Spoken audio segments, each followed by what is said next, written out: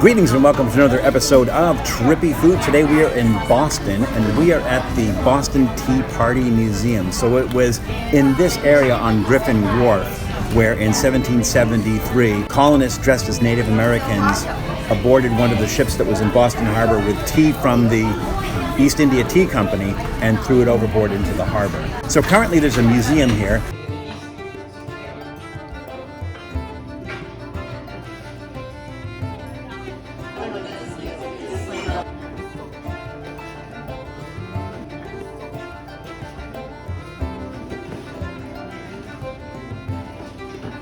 They have two ships on either side. I'm not sure how close the replicas they were for the ships that were here.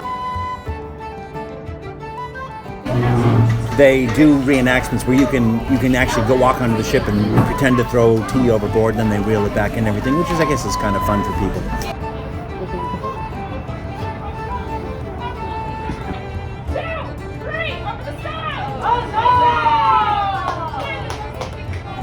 So the thing is, they have a tea room here.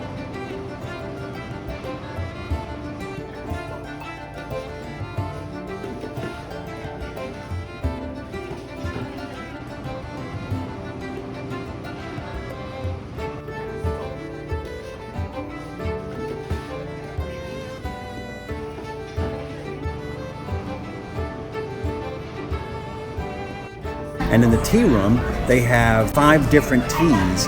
All of those teas were available on the ship. They were teas from the East India Tea Company, and so we're going to try those out today. So I think it's for like for $3.95 you can do a tea tasting in the paper cup, but for it's $8.95 or something like that, you get your souvenir mug. So what I'm going to do is I'm going to try the different teas, and then when I find one that I like, I'm going to drink it out of the cup. And then I have my scone here. I decided a cheddar chive scone because maybe that was something more in terms of what they would be drinking at the time. They did have cranberry scones and things like that, so that's what I'm going to try. So the first tea I'm trying is called Singlo, and this is a Chinese green tea. It was a tea that was available from the East India Tea Company at the time.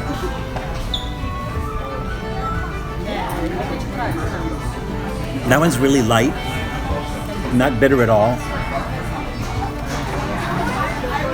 Very green tasting, like very almost grassy tasting.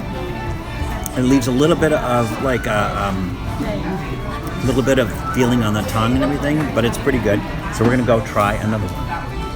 Okay, so now this one is a young Hyson green tea, and apparently this was a favorite of George Washington. Let's see if we can figure out why.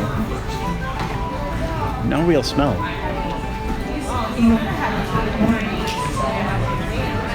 It's a really mild taste. I don't know.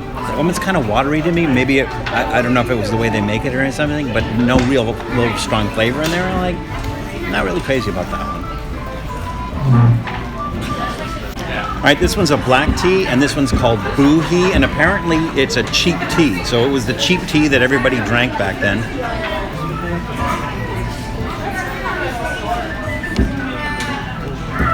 It has a smell like, you know, like Lipton or Tetley or something that you would buy in the grocery store.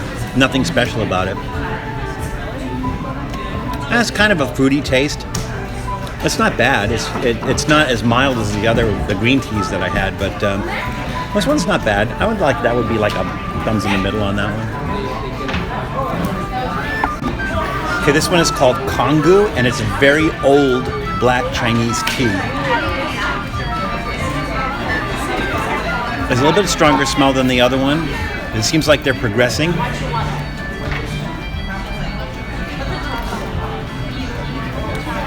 It's less bitter than the other one, but I guess the other one's a common tea, and so, you know, people aren't really specific about it or really, you know, care that much about it. But this one is much lighter on the palate. You still get that black tea taste on it, but it's not really bitter or strong. So that one's pretty good. That one's a thumbs up. All right, so this is the 5th and last one, and this one's called Souchong, and it's said to have a smoky flavor, but it usually picks it up in the drying process, but they actually smoke it sometimes. I don't know if this one is smoked or not, or just naturally smoky, but the smell is unbelievable.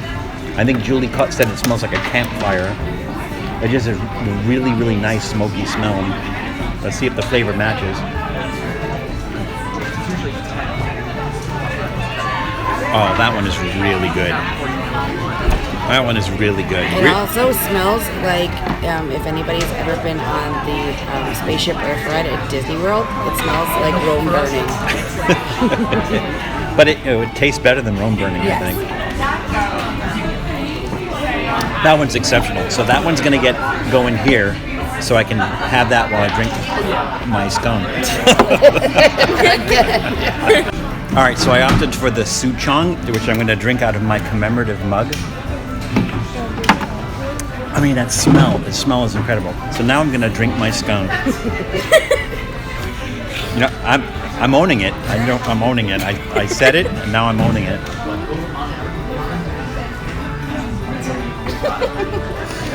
It's not drinking it. It tastes more like a biscuit than a scone. And a little bit dry.